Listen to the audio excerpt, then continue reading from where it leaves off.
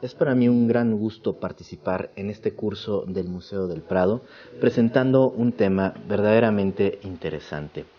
la vida cotidiana en el arte de la Nueva España como expresión de una nueva sociedad dentro de un nuevo mundo.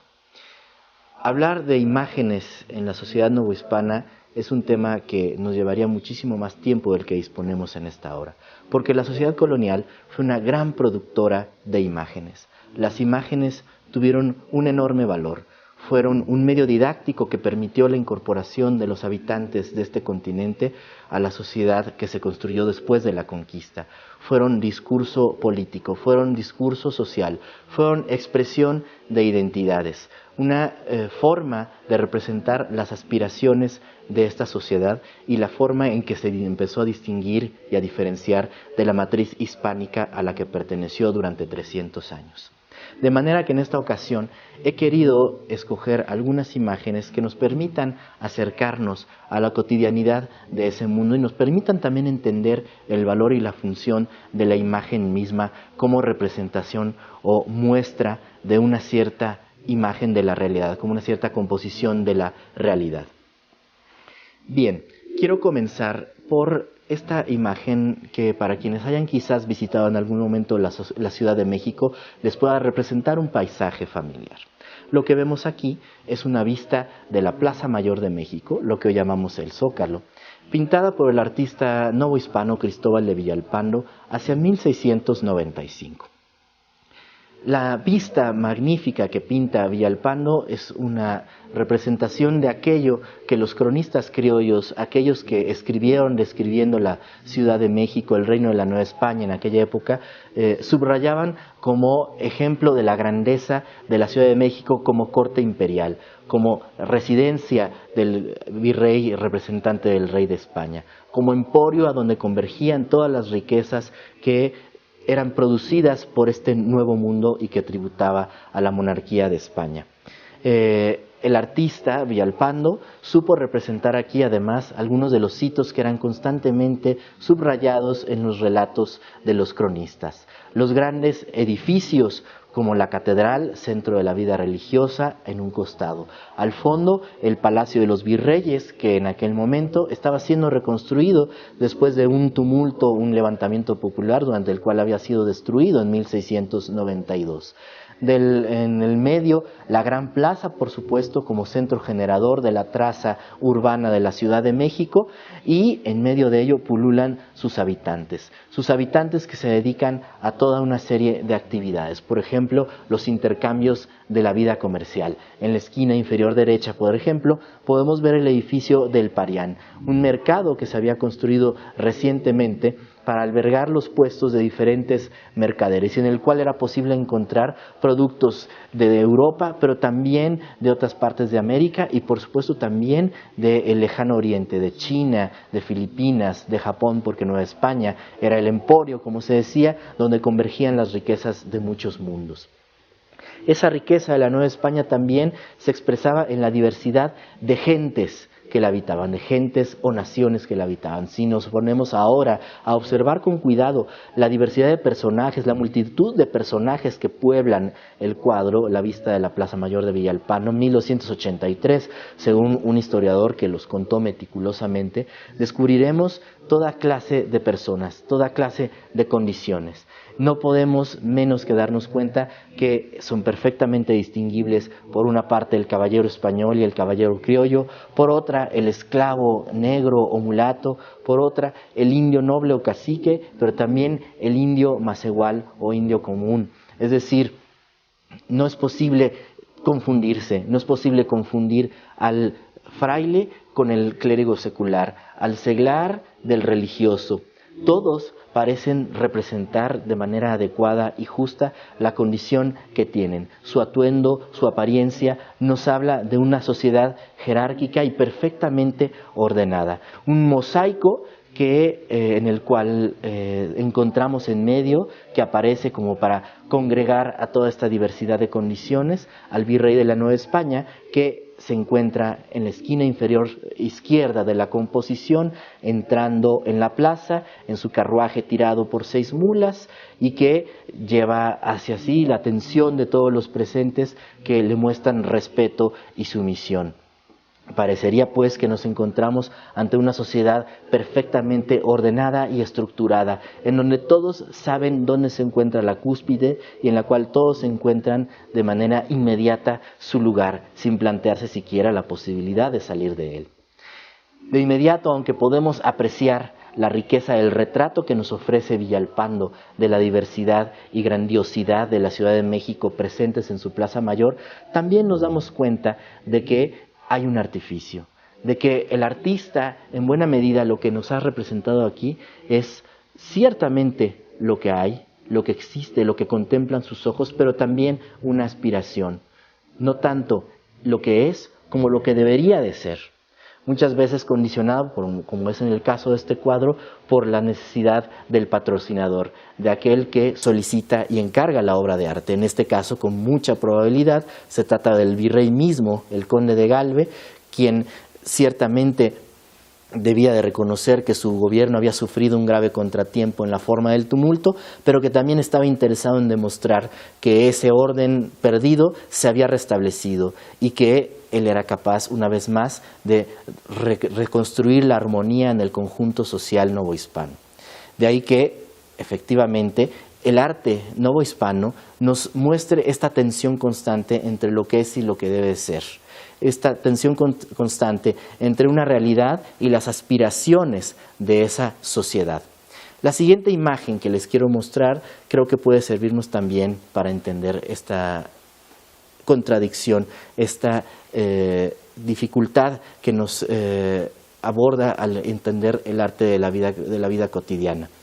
Se trata de como le llama su autor, un diseño de mulata. El autor es un pintor de la familia Arellano, quien nos representa aquí a una mulata, es decir, a una descendiente de esclavos africanos de la Ciudad de México.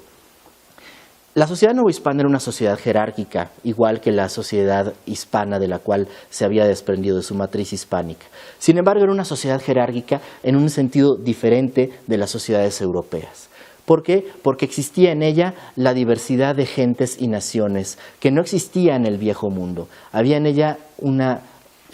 diferencia fundamental debido a la existencia de grupos, por un lado originarios como los indígenas, pero también los grupos traídos de otras latitudes como los africanos y finalmente los europeos, tanto los conquistadores como sus descendientes, como aquellos que siguieron migrando hacia estas tierras. De ahí que en la construcción de la sociedad jerárquica fuera muy importante el origen y condición de los habitantes, determinado por esta diversidad. La mulata es ciertamente descendiente de esclavos africanos, pero Arellano le ha concedido un lujo y un esplendor en su apariencia externa. La podemos ver lujosamente vestida y además enjollada con perlas. Los viajeros que visitaron la Ciudad de México en los siglos XVII y XVIII se hacían eco justamente de que las mulatas tenían este aspecto magnífico que deslumbraba de inmediato a los varones. Es decir, la diversidad es un elemento que sirve para construir las jerarquías en la sociedad novohispana y como tal aparece en las representaciones de la vida cotidiana, pero también es un ejemplo de la riqueza de esta sociedad, de una riqueza de la cual últimamente se siente orgullosa. Las siguientes imágenes nos ayudarán a entender esto mejor. Lo que ven ustedes aquí es ahora un ejemplo de una pintura de castas. La pintura de castas es un género pictórico totalmente americano, inventado en el Nuevo Mundo. El ejemplo que aquí les muestro fue pintado por José Joaquín Magón, un pintor originario de la ciudad de Puebla, cercana a la Ciudad de México, y nos representa a una pareja, es decir, dos personas, un hombre y una mujer, de condición u origen diferente, por un lado una india, por otro lado un español, y el hijo que han procreado, un mestizo.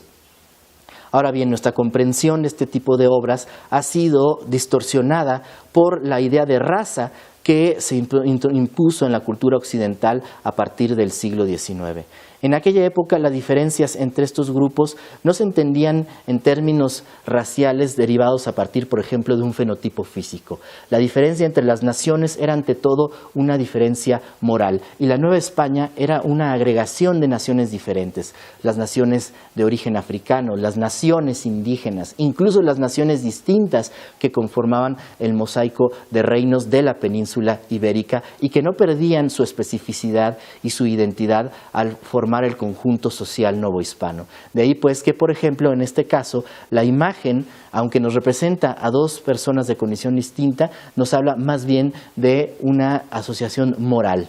Por ejemplo, los versos que acompañan a esta imagen nos aluden justamente a que de la mezcla de estos dos grupos surge un tercero que reúne más que las condiciones físicas o los caracteres físicos de sus progenitores, las características morales que se asocian en este caso con el mestizo. Esto es importante para entender cómo convivían y cómo se representaban a sí mismos los diferentes grupos que formaban la sociedad novohispana. Los otros dos ejemplos de pinturas de castas que les muestro enseguida son también del siglo XVIII y también nos representan esta contradicción presente en estas imágenes de castas. Hay que señalar para empezar que eran imágenes pensadas sobre todo en el mercado europeo. De ahí que la mayor parte de las series de pinturas de castas que existen hoy en día se encuentran, por ejemplo, en Europa prácticamente desde el siglo XVIII, a donde eran llevadas como una especie de souvenirs de esta particularidad compleja de la sociedad novohispana. Por ejemplo, la de la izquierda es obra de José de Ibarra. José de Ibarra representa, como digo, esta contradicción. Sabemos de este pintor que sus antepasados eran africanos. Él mismo fue registrado como mulato al ser bautizado. Sin embargo, él alcanzó reconocimiento social y entre los practicantes del arte de la pintura como español, y como español era tenido. Entonces aquí tenemos la peculiaridad de un artista que nace mulato, se hace a sí mismo español y como tal es reconocido por la sociedad, y acto seguido representa esta diversidad del mundo novohispano en forma de una serie de castas. Algo parecido podríamos decir de Miguel Cabrera, un pintor cuyos orígenes tampoco son claros, dado que era un niño expósito, pero que sin embargo también pudo ser reconocido como español por la sociedad colonial. Cabrera es autor de una de las series más famosas de pinturas de castas, este es un ejemplo, y la serie de Cabrera es interesante no solo por lo que ya hemos expuesto hasta aquí, sino también porque en él vemos una intención consciente de representar la diversidad de la tierra como una de las riquezas que hay que presentar al resto del mundo. El puesto nos muestra la diversidad de frutas, de legumbres y de muchos otros productos que surgen de la tierra novohispana. Frutas cuyos nombres y aspectos son totalmente exóticos para los europeos, como las guanábanas o las chirimoyas o las guayabas, que son producidas por la naturaleza feraz de la Nueva España durante todo el año. Es decir, la riqueza de la Nueva España se encuentra en su diversidad, diversidad que ofrece la naturaleza, pero que también ofrece la condición humana. Y esto es muy importante, pues, porque es parte de un discurso que posteriormente los intelectuales criollos esgrimirán para defender a la Nueva España frente a los detractores europeos de lo americano. Ahora, el Nuevo Mundo repitió muchos de los esquemas sociales y culturales que habían sido traídos por los conquistadores. Sin embargo, esos esquemas que ordenaban a la sociedad tuvieron que sufrir una alteración importante para acercarse a las condiciones del Nuevo Mundo, para ajustarse a las necesidades de sus habitantes. Por ejemplo, conceptos como nobleza, que eran fundamentales para entender y para estructurar a la sociedad del antiguo régimen, sufrieron una importante mutación al pasar al continente americano. Un ejemplo de ello es esta imagen, este retrato, también de la autoría de Cristóbal de Villalpando, que representa a don José de Retes Largacha. Don José de Retes Largacha es el prototipo del comerciante caballero, es decir, un migrante vizcaíno por más señas que ha venido al Nuevo Mundo y que se ha dedicado a importantes negocios como la minería o el comercio a grandes distancias, que le han permitido convertirse en uno de los hombres más ricos del virreinato y labrarse una posición social destacada desde los muy humildes y oscuros orígenes que tenía en España. En España misma, un personaje de esta condición habría sido cuestionado en cuanto a su nobleza. ¿Por qué? Porque, por ejemplo, órdenes de caballería, como los caballeros de Santiago, establecían con toda claridad en sus estatutos que no se podía aceptar en ellas a personas que hubieran ejercido oficios viles como el de la mercadería. Y sin embargo, tanto Retes como muchos otros de sus contemporáneos y muchos otros personajes que se encumbraron en la sociedad novohispana a través de los negocios, lograron que este tipo de defectos, podríamos llamarlo, de acuerdo con esta imagen de nobleza, esta imagen tradicional de nobleza, fueran relegados a un segundo plano. No en balde vemos que ostenta el lagarto de la Orden de Santiago sobre el pecho y que en este sentido se ha convertido en un noble y que como tal es tenido por la sociedad novohispana. De hecho, sabemos que este retrato se encontraba sobre su sepulcro en una iglesia de monjas que había sido reconstruida gracias a su patrocinio a finales del siglo XVII. Es decir, categorías como la nobleza debieron de modificarse para adaptarse a las condiciones peculiares de las sociedades del Nuevo Mundo, donde las élites requerían reproducir de la imagen en sí mismas, la imagen de la nobleza, pero tenían que construirla con elementos materiales muy diversos a como ésta había surgido en la Europa medieval. Es interesante en este sentido observar, por ejemplo, a continuación en la siguiente imagen, en este par de retratos, cómo los nobles de la tierra, los señores de la tierra novohispanos, se han construido, se han labrado a sí mismos una imagen de nobleza que pretende acercarse a la de sus pares del viejo mundo, pero que no puede evitar al mismo tiempo recordar que los orígenes de su fortuna se encuentran en actividades muy distintas que las de los nobles europeos. En este caso podemos observar al marqués de Jaral de Berrio y su esposa en un par de retratos de medio cuerpo atribuidos al pincel de Andrés de Islas. Bueno, el marqués de Jaral de Berrio era descendiente de don José Retes Largacha. Sin embargo, en su aspecto ya nada recuerda a aquel origen negociante que había comprado, gracias a su fortuna, un hábito de la Orden de Santiago y que había transmitido a sus descendientes la noción de que su linaje pertenecía a la nobleza. Lo que vemos aquí ahora es un noble novohispano que se presenta a sí mismo como un señor de la tierra, como la aristocracia, como la cumbre de la sociedad colonial, y que en ese sentido oculta de alguna forma sus orígenes humildes, los orígenes humildes de su linaje, los orígenes a veces inconfesables de su linaje, porque muchos de estos hombres de negocios recurrían a prácticas no siempre limpias para construir sus fortunas. Sin embargo, al igual que en España, se podía decir que poderoso caballero es don dinero, y de esta manera se pudo transmitir la noción de nobleza del viejo al nuevo mundo. Ahora bien, es muy interesante que este tránsito de esas nociones sociales al continente americano, a la Nueva España, se transmite incluso a grupos que antes no las compartían, por ejemplo, los indígenas. Después de la conquista, los antiguos pili o nobles indígenas se asimilaron a la nobleza española. De ahí que los descendientes de los señores como Moctezuma, por ejemplo, transitaron a la aristocracia castellana e incluso se enlazaron matrimonialmente como ellas. En el siglo XVIII, muchas familias todavía se ostentaban como descendientes de la nobleza indígena, aunque a veces sus credenciales como nobles podían ser muy cuestionables. De ahí que era necesario para estas familias de señores o nobles o caciques indígenas subrayar una serie de prácticas con las cuales ellos pretendían asimilarse a la nobleza castellana. Un ejemplo de ello es la piedad, la religiosidad acendrada y profunda. La imagen que ven ustedes es una talla que se encuentra al centro del retablo de la iglesia de San Bernardino en Xochimilco, cerca de la Ciudad de México, en la cual encontramos al santo en el centro de la composición, patrocinando o protegiendo a ambos lados a una familia de nobles o caciques indígenas, los caciques de Xochimilco, que retoman una iconografía, la iconografía del patrocinio,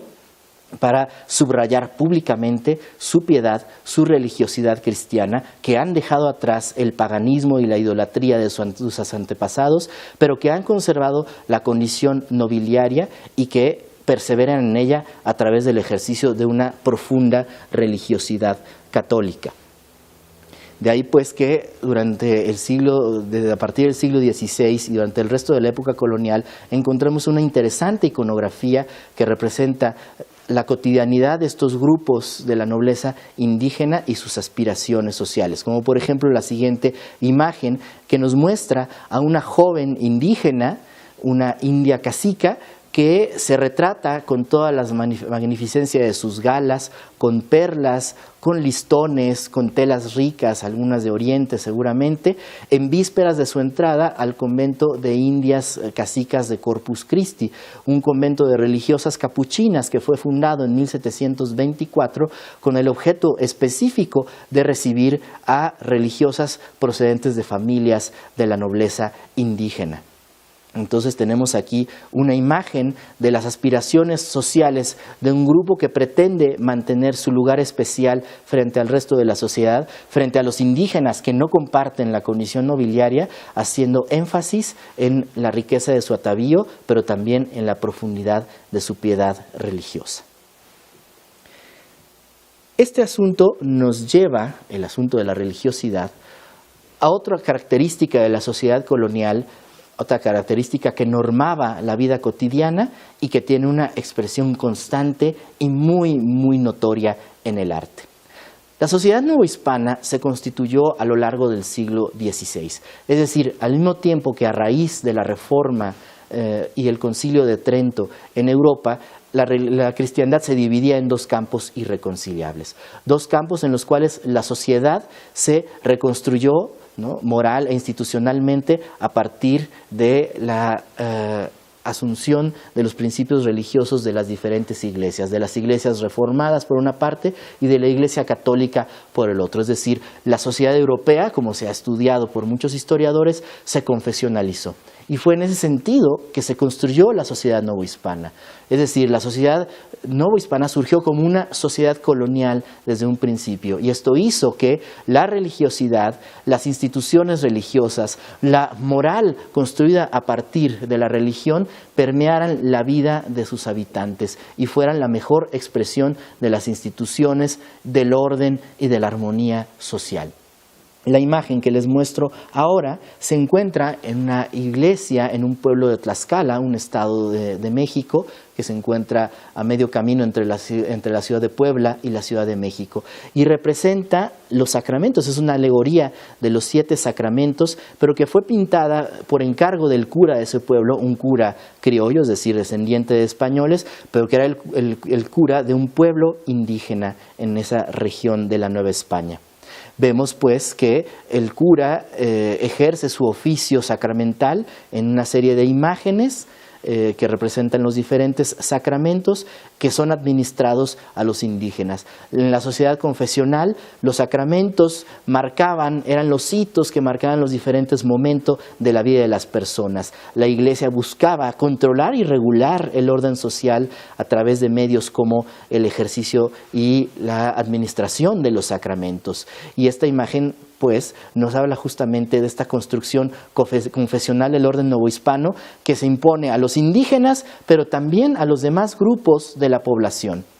Lo interesante es que estos grupos a su vez asimilan esta confesionalización y la convierten en un elemento fundamental de la construcción de su propia identidad. La religiosidad católica permitió a los diferentes grupos sociales que conformaban a la Nueva España pertenecer a un conjunto, es decir, a la Iglesia y a su cuerpo y a la monarquía católica, pero al mismo tiempo conservar una identidad propia, distinta e independiente dentro del conjunto. El ejemplo más claro de esto son las diferentes devociones, las diferentes advocaciones de imágenes de imágenes milagrosas que eran adoradas, que eran veneradas por diferentes grupos sociales y que les permitían congregarse en torno a un mismo culto, pero al mismo tiempo también crear una identidad en torno a ese culto. Las diferentes advocaciones de la Virgen María son un ejemplo de ello. Aquí les muestro dos que probablemente ustedes reconocerán. Del lado izquierdo, una obra de Cristóbal de Villalpando que muestra la aparición de la Virgen de Aránzazu, de acuerdo a la historia de su aparición, que probablemente ustedes conocen, y que es objeto de la devoción de los migrantes vizcaínos que existen y que forman una importante comunidad en la Ciudad de México desde principios del siglo XVII al menos. La Virgen de Aránzazu tiene una congregación que se funda alrededor de 1685 en la Ciudad de México y que congrega a todos los nacionales o los originarios de las provincias vascongadas. Pertenecer a una cofradía, tener una capilla propia dentro del convento de San Francisco y rendir culto a la Virgen de Aránzazu permite a estos vizcaínos mantener una identidad propia y diferenciada en el conjunto de la sociedad colonial e incluso a su vez dentro del conjunto de los criollos y los peninsulares, es decir, de los españoles que también forman parte del mundo novohispano. Y a un lado tenemos una imagen que seguramente también conocen ustedes, la Virgen de Guadalupe. La Virgen de Guadalupe, que es una advocación religiosa que se fortalece a partir de mediados del siglo XVII y que, a diferencia, por ejemplo, de una advocación como Aránzazu, que congrega en torno suyo esencialmente a un grupo reducido de migrantes peninsulares, es capaz de reunir en torno suyo a todos los diferentes grupos de la sociedad colonial. Es interesante, de todas formas, constatar que el surgimiento de estas imágenes que son objeto de devoción, de culto, a las que se les atribuyen propiedades o un origen milagroso, como es el caso de la Virgen de Guadalupe de México, de todas maneras surgen a partir de un mismo esquema, de un mismo molde o calco que proviene de la tradición cristiana europea. En el caso de la Virgen de Aránzazu, es su aparición a un sencillo pastor en un paisaje agreste. En el caso de la Virgen de Guadalupe, es también su aparición a un indígena humilde y sencillo, Juan Diego, en un lugar agreste al norte de la Ciudad de México, el Cerro del Tepeyac. Es interesante, por ejemplo, ver eso, que en la imagen de la Virgen de Guadalupe que les muestro, que es de la autoría de José de Ibarra, justamente también podemos ver el paisaje agreste en el cual se manifestó la Virgen al neófito indígena. De esa manera, pues, diferentes cultos permiten a los distintos grupos de la sociedad mantener o bien una identidad separada o bien congregarse en torno a símbolos comunes. Esto es muy importante para entender, pues, el ejercicio del catolicismo en la sociedad colonial. También es importante señalar otra característica de la sociedad colonial, ¿no? Es una sociedad jerarquizada, es una sociedad confesional, pero también es una sociedad corporativa. Es decir, la sociedad no se construye a partir de los individuos, sino a partir de asociaciones de personas que reconocen un mismo origen, un mismo estado, una misma condición. Esto, por supuesto, también provenía del origen hispánico y europeo de la sociedad novohispana. Era parte de sus características como sociedad de antiguo régimen y en este sentido no era distinta de su matriz hispánica. Sin embargo, una vez más, las condiciones particulares del Nuevo Mundo obligaron a que el corporativismo del antiguo régimen también se adaptara a nuevas condiciones. Y estas condiciones, que son parte de la vida cotidiana, se muestran con toda claridad en diferentes obras de arte. De nuevo les ofrezco en este caso una imagen de Miguel Cabrera. Vemos a San José, el esposo de la Virgen, como protector y patrocinador de un grupo de jóvenes, en este caso de unos colegiales, los colegiales de San Ildefonso de México, un colegio sostenido por la Compañía de Jesús. Cada grupo, cada corporación en la sociedad colonial se adscribía a una identidad distinta que podía ser una condición étnica, por ejemplo, los indígenas que forman sus repúblicas o pueblos propios, o puede ser una condición o estado que tiene que ver, por ejemplo, en el caso, por ejemplo, de los clérigos con la ordenación, o en el caso de los nobles, su pretendido origen noble, etc. A cada una de estas condiciones se puede adscribir una pertenencia corporativa, pertenecer a un gremio, a un cabildo eclesiástico, ser miembro de la audiencia, ser miembro del cabildo municipal que gobierna la ciudad, ser miembro de una cofradía, ser miembro de un gremio de artesanos. Todos tienen forma de expresarse dentro de la sociedad urbana colonial. Y se producen imágenes patrocinadas por cada uno de estos grupos corporativos que les permiten tener presencia y expresarse discursivamente ante el resto de la sociedad. El caso de los colegiales de San Ildefonso que estamos observando, ellos forman un grupo muy particular, porque si bien no forman una corporación en el sentido estricto, sin embargo los exalumnos que se habían formado al lado de los jesuitas formaban después un grupo social y político muy compacto que patrocinaba las necesidades de la Compañía de Jesús y que se reconocía dentro del cuerpo político y social. De manera pues que los jesuitas fomentaban a su vez la identidad de cuerpo entre sus colegiales, y una manera de hacerlo era justamente a través de imágenes que nos muestran no solo al colegial jesuita en su atavío de todos los días, sino también en el momento de compartir los elementos de una identidad común como cuerpo. Esa identidad de cuerpos, a su vez, era importantísima para estructurar políticamente a la sociedad y también para reconocer su identidad confesional. La siguiente imagen que les ofrezco es muy interesante. Es un enorme cuadro que se encuentra en una iglesia de la Ciudad de México, la iglesia de San Pedro Zacatenco. Antiguamente era un pueblo que después fue absorbido por la ciudad en el siglo XX, y representa una procesión derogativa a la Virgen de Loreto. Es un enorme cuadro en el que vemos una gran procesión que recorre justamente el sector central de la Ciudad de México. Al fondo vemos una de las puertas laterales de la catedral, de la cual sale esta gran procesión que recorre las calles del centro de la ciudad, como digo, y se dirige hacia la iglesia de Loreto, adjunta al Colegio de San Gregorio de los Jesuitas. Posiblemente este cuadro originalmente se encontraba en el Colegio de San Gregorio de los Jesuitas. Pero es muy importante, en primer lugar, por lo que nos muestra a la ciudad como este espacio físico donde a su vez se proyecta moralmente la sociedad urbana, en el sentido en que lo ha estudiado Richard Kagan. Vemos a la sociedad salir ordenadamente en forma de contingentes que representan a cada una de las corporaciones que estructuran a la sociedad urbana colonial y que son perfectamente distinguibles por su lugar en la procesión, pero también por sus atavíos y por el color incluso de las insignias que portan. Claramente distinguimos, por ejemplo, al cuerpo de los regidores del ayuntamiento, precedido por sus maceros. Vemos a los letrados de la Real Audiencia con sus togas negras. Vemos al arzobispo de México y a su cabildo vestidos de manera perfectamente clara y distinguible. Pero también vemos a los jesuitas con su traje negro, con su traje clerical negro. Y vemos, por ejemplo, también a los catedráticos y doctores de la Real Universidad de México, que forman parte del cuerpo de la procesión, que por sí mismos forman una gran corporación, la Corporación de los Letrados, pero que a su vez establecen de entre ellos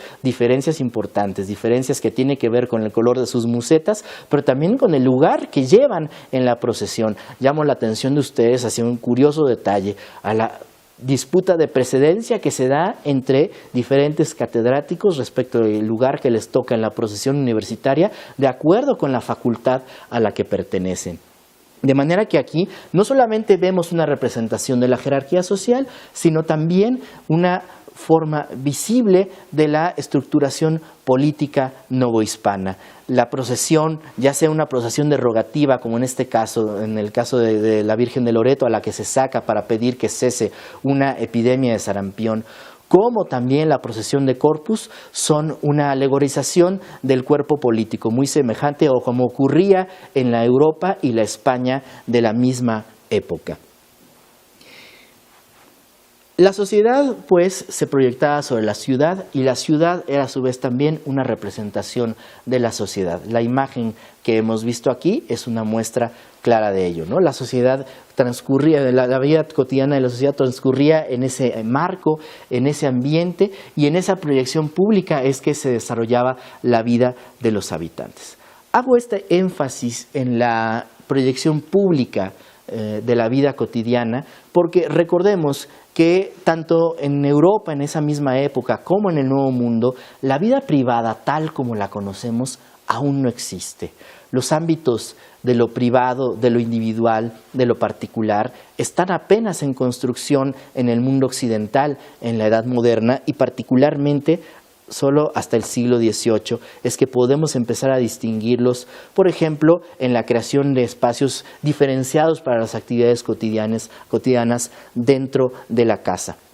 El arte novohispano refleja puntualmente esta vida diaria de sus habitantes que es fundamentalmente pública porque no existen los espacios de la vida individual o privada y también muestra esta transición de manera importante.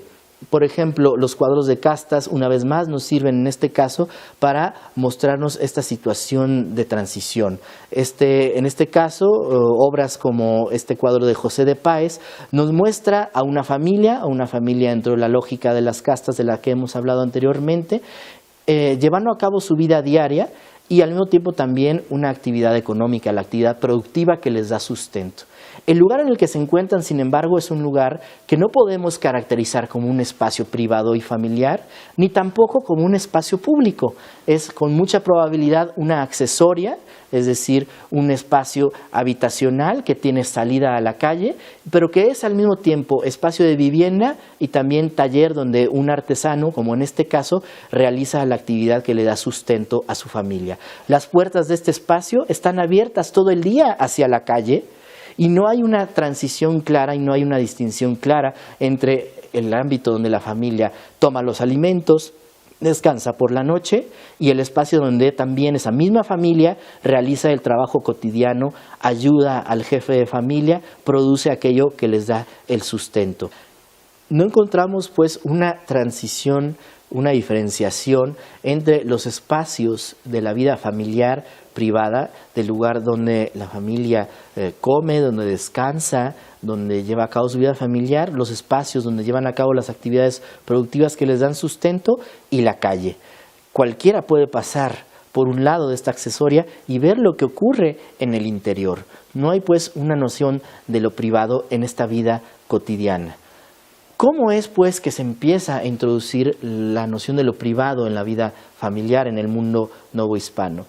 Nuevamente hay que recurrir a diferentes testimonios y el arte podría ser una forma de entender este cambio y este proceso. Este proceso que tiene que ver también con la imposición de una serie de nociones, de reglas, de normas de conducta que procuran hacerse cada vez más refinadas, cada vez más estructuradas con el paso del tiempo. No olvidemos que la Ciudad de México, por ejemplo, era el asiento de una corte virreinal. Fue el asiento de una corte virreinal muy importante durante la época colonial y particularmente durante los siglos XVI y XVII en coincidencia con el apogeo de la institución cortesana en la monarquía española en la misma época. Los virreyes que venían a la Ciudad de México eran cortesanos que venían directamente desde la corte de Madrid y de esa manera transmitían a las élites coloniales una serie de normas y refinamientos de vida, una serie de conductas, de modas, de formas de vestir, de comportarse en la mesa, del trato social entre personas de diferentes estratos, entre hombres y mujeres, que eran asimiladas por las élites locales y que poco a poco iban transmitiéndose a los otros grupos sociales, donde a su vez se confundían y se mezclaban con normas de convivencia social procedentes de los diferentes grupos de la sociedad colonial. Por ejemplo, los indígenas, las sociedades indígenas anteriores a la conquista poseían una serie de normas de convivencia, una serie de cortesías que se mezclan con las que vienen de la sociabilidad cortesana traída por los virreyes y dan como resultado resultado una cortesanía criolla y mestiza muy particular que todavía hoy en día está presente en la sociedad mexicana. De esa manera, la sociedad colonial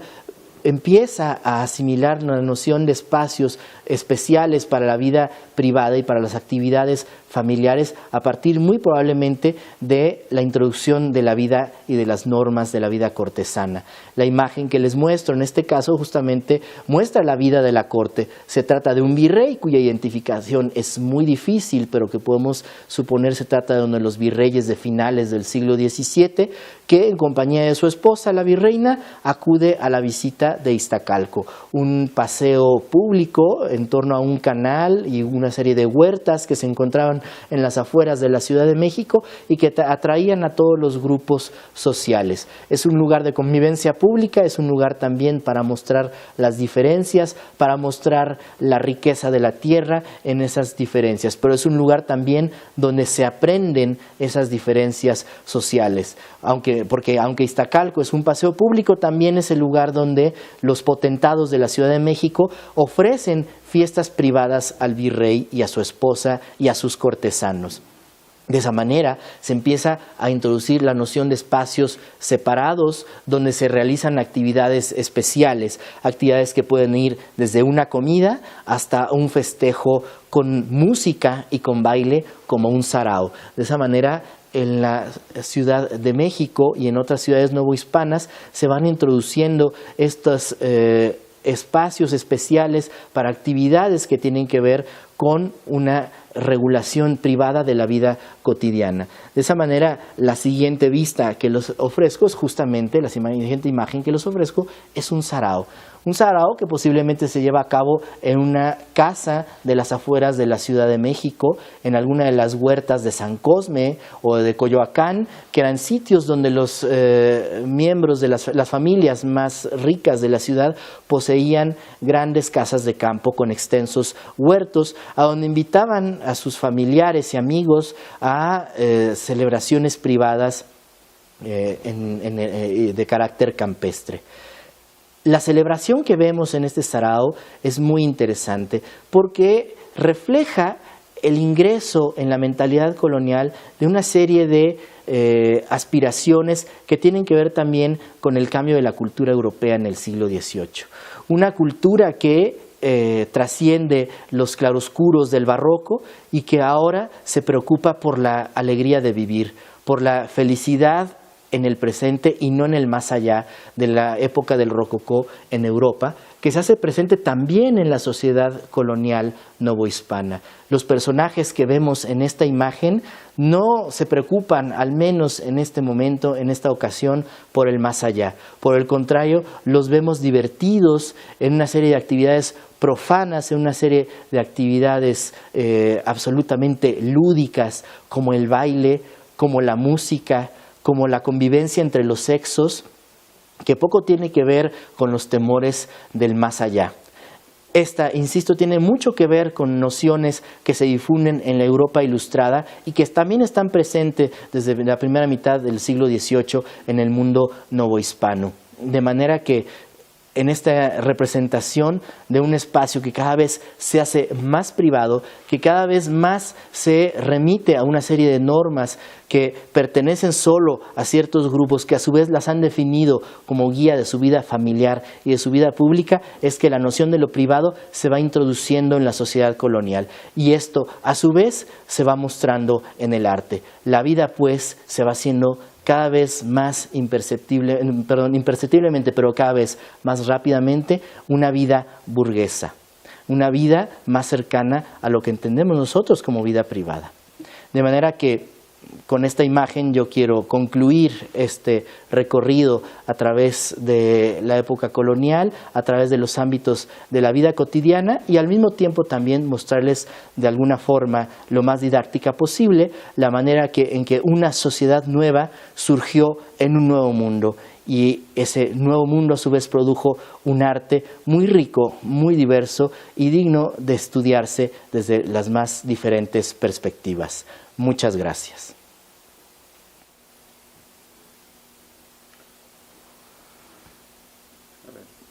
Diga